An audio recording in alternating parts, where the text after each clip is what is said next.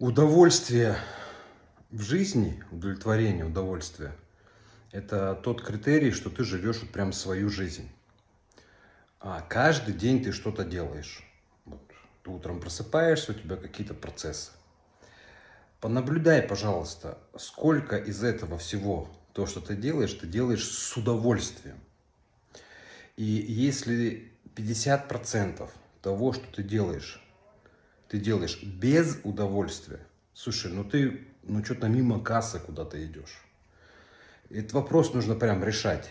Нужно прям задаться вопрос, почему я живу, как будто бы меня заставляют жить. Знаете, такое лицо такое, живи, живи, и ты такой живешь, такой назло всем.